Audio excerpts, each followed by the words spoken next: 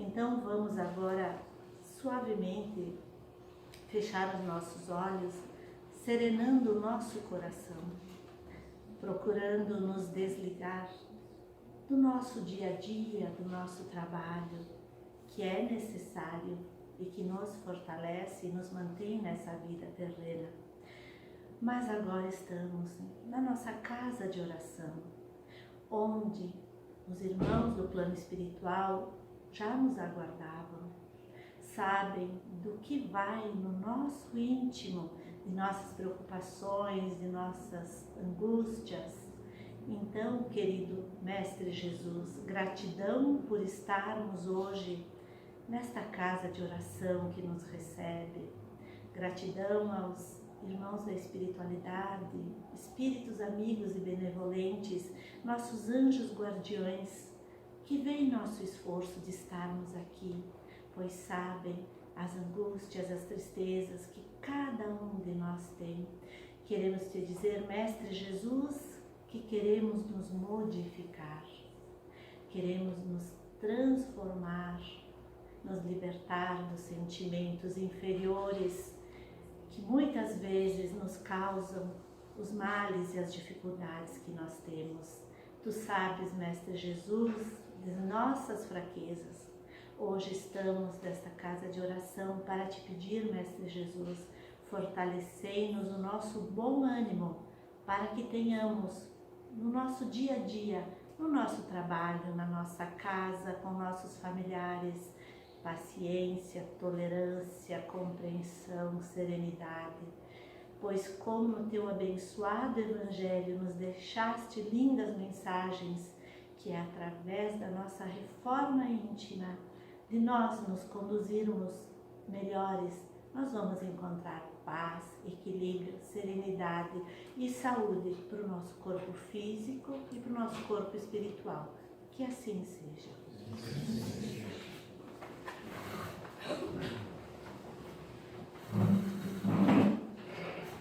Boa noite a todos. É uma alegria poder estar reunido de novo aqui com vocês e que possamos todos nós juntos aproveitar esses momentos que temos de confraternização espiritual e também de aprendizagem, porque enquanto ouvimos essas exposições que nos são inspiradas pela equipe espiritual da casa, estamos aqui para aprender e, em especial, o tema de hoje, para que venhamos pôr em prática no nosso dia a dia. Estamos aqui hoje para conversar um pouquinho sobre o tema Evangeliza-te. Para cada um de nós. É um chamamento que nos é feito, a fim de que possamos trazer o Evangelho para dentro de nós. A fim de que o Evangelho de Jesus tenha o seu real valor. Porque a grande maioria de nós, falo por mim, por experiência própria, eu que vim de uma criação católica e depois, na juventude, tive contato com a doutrina espírita, mas, no princípio, fui criado de acordo com o catolicismo. E tínhamos por hábito de que toda família deveria ter em casa uma Bíblia, um Evangelho. E eu via aquele Evangelho lá na estante de casa, abria aquele livro e olhava aquele monte de letras miudinhas e um número infindável de páginas que não dava nem coragem de começar a ler. Mas chega um momento da vida, com o desenvolver do dia a dia, que nós começamos a entender que ali dentro daquele livro, que às vezes dá medo de olhar, nós temos o nosso manual de uso diário. Nós temos ali os conselhos e os exemplos de Jesus que ele veio trazer para cada um de nós, porque ele, melhor do que ninguém, entende as nossas necessidades. Ele se fez presente aqui junto conosco, em carne e osso, passando por todas as dificuldades que a experiência física traz. Se para nós é difícil, tenhamos certeza que para Jesus era muito mais difícil. Porque vocês imaginem colocar São Paulo dentro aqui do Centro Espírita. É mais ou menos isso que aconteceu com Jesus. Jesus é muito maior do que a gente possa imaginar. E ele se fez homem. Para estar aqui junto conosco, nos dando exemplos, nos trazendo conselhos, ensinamentos, a fim de que nós pudéssemos começar esse processo de transformação íntima que faz só 2000 anos que a gente tenta e não consegue dar sequência. Vamos melhorando gradativamente, é verdade, mas a passos lentos, muito lentos, mais lentos do que deveria ser. Porém, Jesus não tem pressa. Deus não tem pressa também, porque o tempo de Deus é diferente do nosso tempo. O tempo é muito relativo. Nós aqui temos o hábito de entender o tempo pelas horas que são contadas em relação ao período de translação e de rotação da Terra. Mas entendamos que o tempo daqui é diferente do tempo de Marte, diferente do tempo da Lua, diferente do tempo do Sol, diferente do tempo de Deus. Por isso, a nossa contagem de tempo não pode ser muito levada em conta. Mas é importante que tenhamos noção de que é urgente esse processo de transformação. E a nossa transformação íntima só ocorrerá a partir do momento em que nós entendermos que é necessário evangelizarmos-nos, trazendo o Evangelho para dentro de nós. E para isso, para que entendamos esse conceito, esse contexto no qual nós precisamos nos inserir, eu vou trazer um trechinho de uma passagem. Na verdade, um texto transmitido pelo Espírito Emmanuel a Francisco Cândido Xavier, que se encontra no livro Educandário de Luz. O nome do texto é Evangelização. Sobre esse tema, Emmanuel nos diz: todos os estudiosos que solicitam de amigos do além um roteiro de orientação não devem esquecer o Evangelho de Jesus, roteiro das almas, que em cada coração deve beber o divino ensinamento para a marcha evolutiva. Habitualmente invoca-se a velhice de sua letra e a repetição de seus enunciados. O espírito do Evangelho do Cristo, porém, é sempre a luz da vida. Determinados companheiros buscam justificar o cansaço das fórmulas, alegando que, em Espiritismo, temos obras definitivas da revelação, com um sabor de novidade preciosa, em matéria de esclarecimento geral e esforço educativo. O Evangelho, todavia, é como um sol de espiritualidade. E todas essas obras notáveis dos missionários humanos, na sua tarefa de interpretação, funcionam como telescópios, aclarando-lhe a grandeza. É que a sua luz se dirige à atmosfera interior da criatura, intensificando-se no clima da boa vontade e do amor, da sinceridade e da singeleza. Nesse pequeno trecho aqui, Emmanuel traz muita coisa que é importante que nós reflitamos. Muitas vezes, ao entrarmos em contato com a doutrina espírita, a gente se embriaga, no bom sentido, com as obras que nós temos à disposição. Como é bom ler André Luiz, como é bom ler Joana de Ângeles, como é bom ler o próprio Emmanuel, que trazem de maneira muito clara, muito sadia, conceitos que tocam o nosso coração. E ao entrar em contato com essas obras, com essas leituras, nós nos sentimos maravilhados e entendemos: a doutrina espírita traz para nós aqui novidades que são muito importantes. E ao entender que essas novidades são muito importantes, e na verdade são, nós acabamos tirando o foco do principal, que é o Evangelho. Precisamos entender que todas as obras que são trazidas a nós por intermédio dos benfeitores espirituais para nos esclarecer são interpretações do que consta no Evangelho. Estão esmiuçando aquilo que o Cristo trouxe para cada um de nós e a gente não conseguiu ainda entender. O Evangelho é a base de tudo. Não é porque o Evangelho tem 2000 anos, porque Jesus fala de maneira repetida sobre muitos assuntos, e fala de maneira repetida porque nós temos a necessidade de ouvir esses temas repetidamente. Não é porque é assim que é ultrapassado. O Evangelho é e sempre será atual, porque ele é a verdade. E porque ele está adequado às nossas necessidades de criaturas em processo evolutivo que somos. E por isso é tão importante que venhamos compreender esse conceito do Evangelho e essa atuação do Evangelho nas nossas vidas, a fim de que possamos dar a ele o seu real valor. E tem uma coisa muito importante que o Emmanuel diz aqui, que precisa tocar o nosso coração. É que a sua luz, a luz do Evangelho, se dirige à atmosfera interior da criatura, ao nosso íntimo, intensificando-se no clima da boa vontade e do amor, da sinceridade e da singeleza. O Evangelho só será compreendido e bem vivido por nós, e só terá o seu real valor quando nós aprendermos a ter a boa vontade e ter o amor, a termos a sinceridade e a singeleza em tudo aquilo que fizermos. Não podemos nos imaginar melhor do que ninguém. Não podemos nos imaginar completos.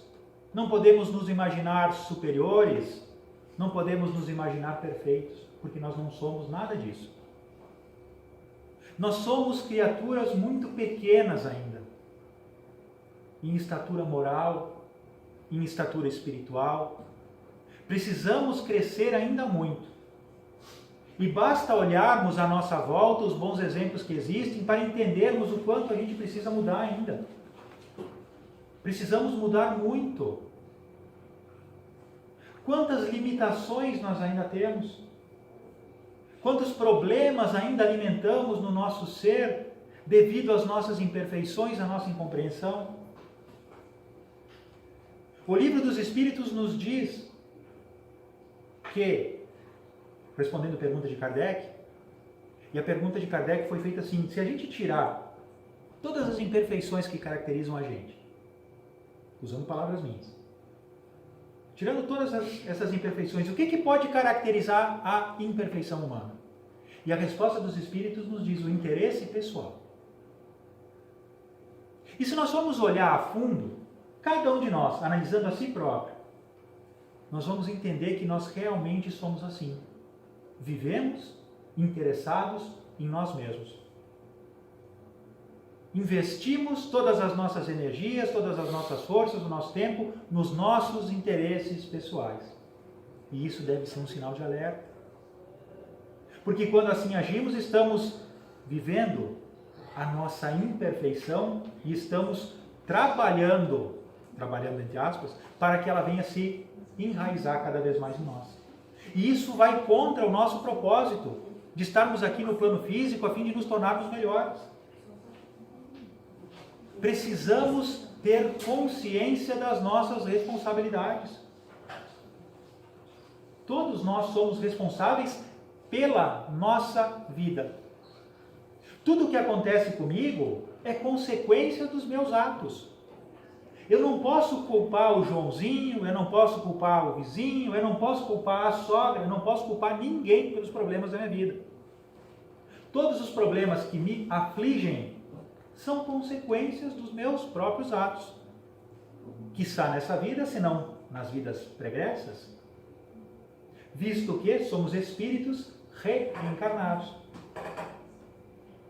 Esta não é a nossa primeira experiência no plano físico.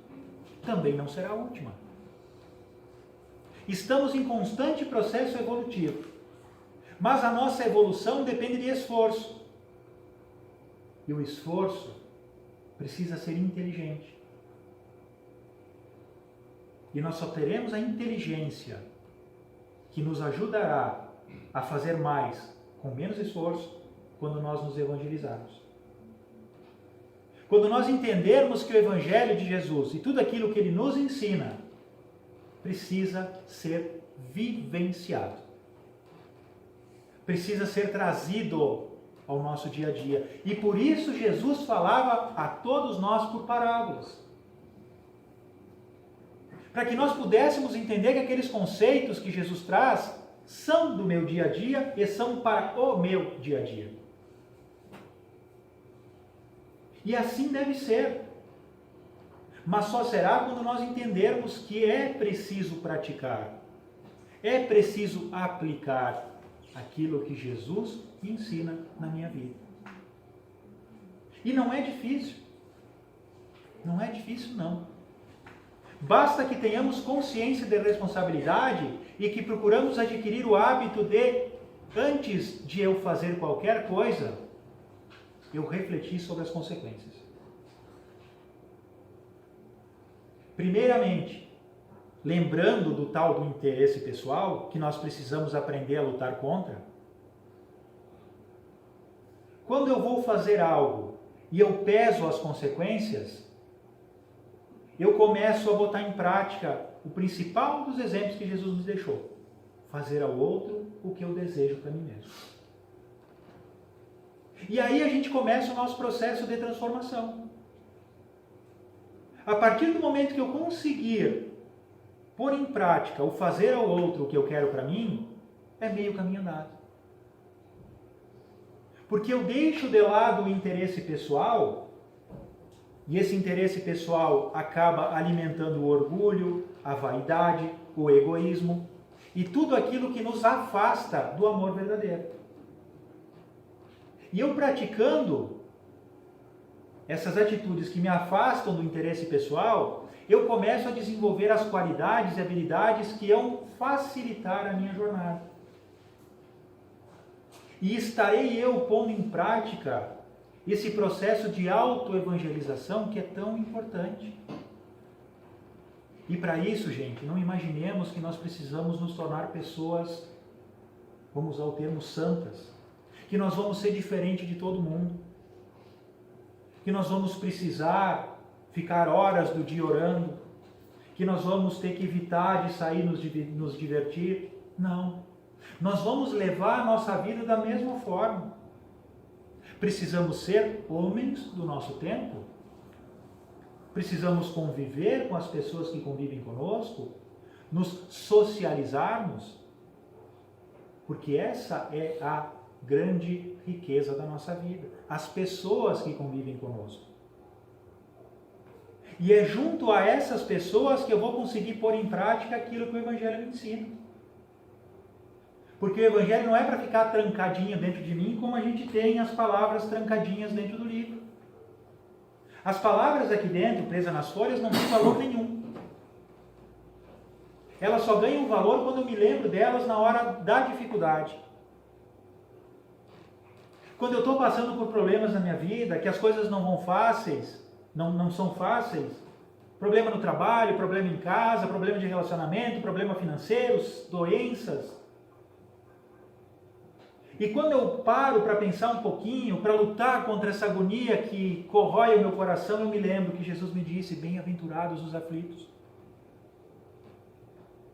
E nesse momento, meus amigos e minhas amigas, temos certeza que o nosso coração se ilumina. E luzes e bênçãos direcionadas do mais alto a nós nos inundarão, trazendo-nos a força necessária à nossa vitória. Mas é preciso buscar essa conexão do eu para com o Evangelho, a fim de que ele esteja presente na minha vida. Lembremos outra passagem do Evangelho, na qual Jesus nos diz que devemos perdoar 70 vezes, 7 vezes.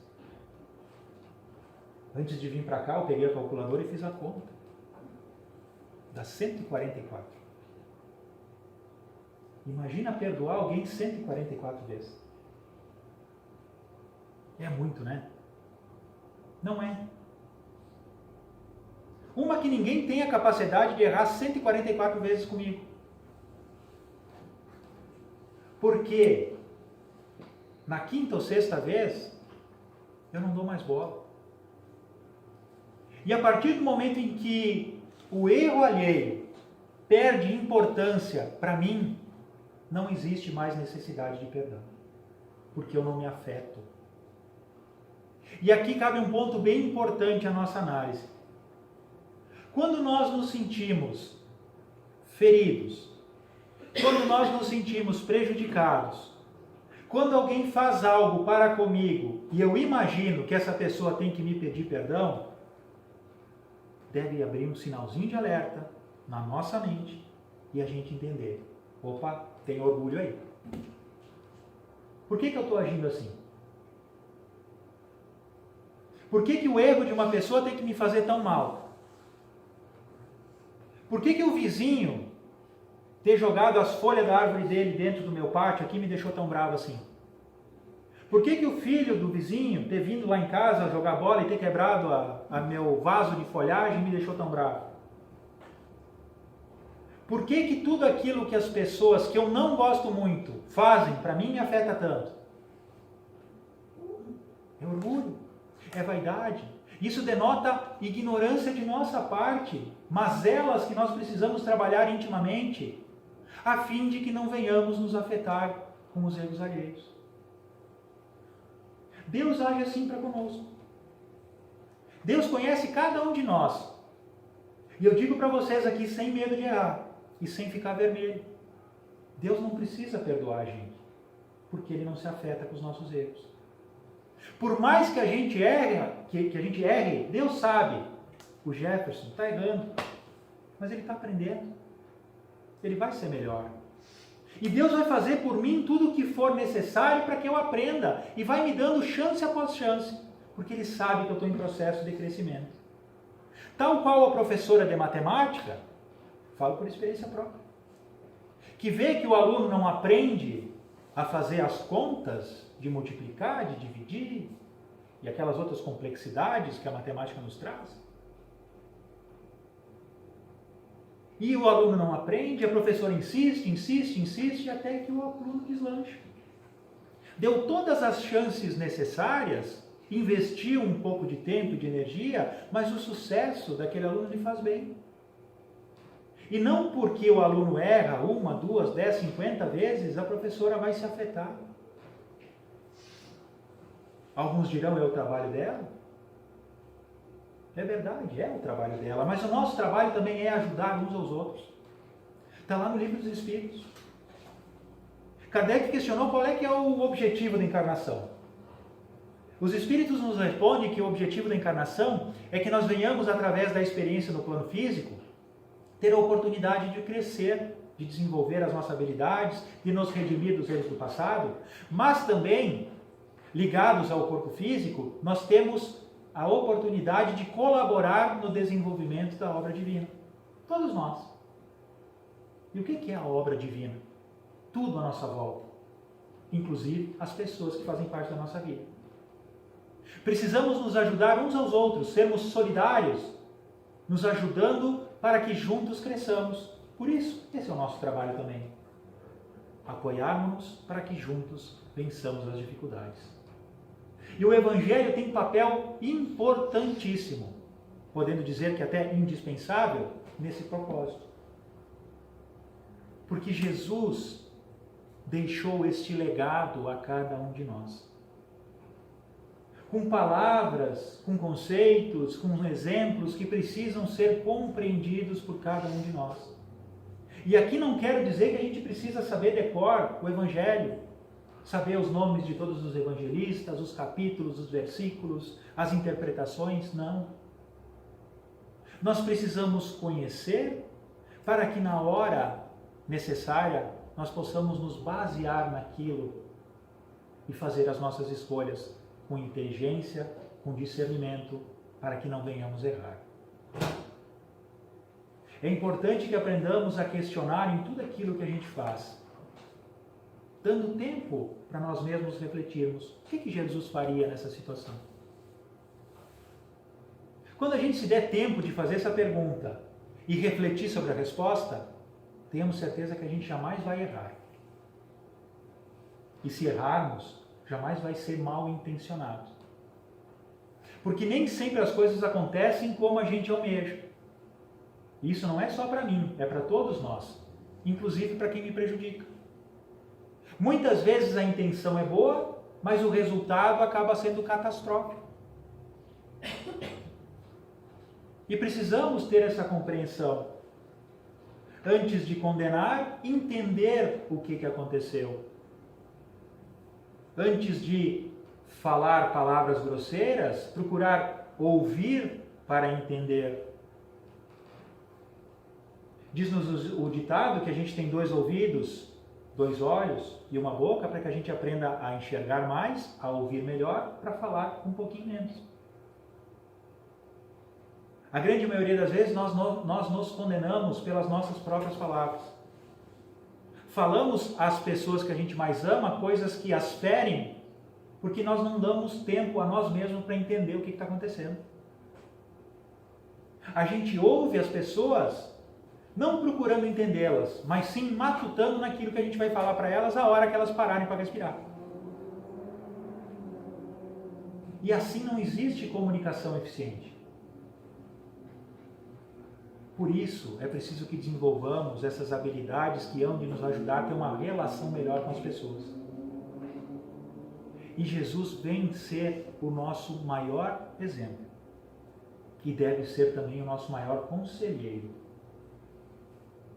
Para que assim nós possamos levar a nossa vida com serenidade, com tranquilidade, entendendo que a transformação do nosso planeta, e a gente espera essa transformação há tanto tempo, fala-se tanto em mundo de regeneração e as coisas parecem que só andam para trás. Não andam para trás, não. É nós que estamos começando a enxergar as dificuldades que existem à nossa volta. Mas, ao mesmo tempo, é preciso que façamos algo diferente para que mude a situação. E esse mudar a situação passa necessariamente pela mudança íntima de cada um de nós. Porque se nós não nos esforçarmos na nossa transformação, nada muda. Porque eu não posso exigir do outro algo que eu não consiga fazer. Agora, eu tenho o dever de mostrar para o outro que eu posso ser diferente e me esforçar para tal. Esse é o papel do cristão. Os discípulos do Cristo tiveram a oportunidade de aprender isso da pior maneira, quando se viram ausentes da presença do Cristo. De maneira trágica, de maneira muito dolorida, é verdade, mas naqueles momentos de crise é que eles começaram esse processo de transformação. Jesus os preparou na teoria por 3 longos anos. Mas a prática, de verdade, foi posta a eles, imposta na verdade, a eles, a partir do momento em que o Cristo voltou à vida espiritual. Vendo-se ausente a presença do Cristo, precisaram eles começar a tomar as decisões por conta própria. E vocês acham que eles acertaram sempre? Não. Eles erraram, e erraram muito. Mas aprenderam. E através do esforço deles é que hoje nós temos a doutrina cristã cobrindo quase toda a humanidade. E cabe a nós, seguidores do Cristo, dar sequência a esse trabalho de evangelização do mundo.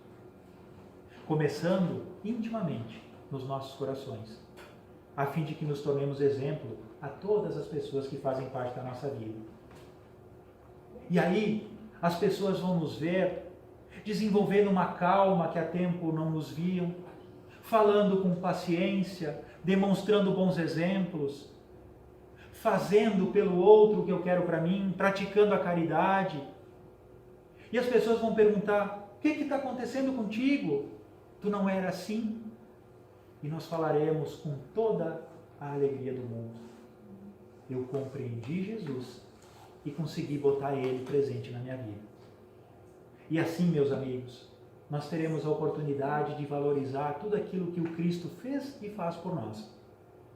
O nosso esforço sempre será a melhor retribuição para tudo aquilo que o Cristo nos ensinou.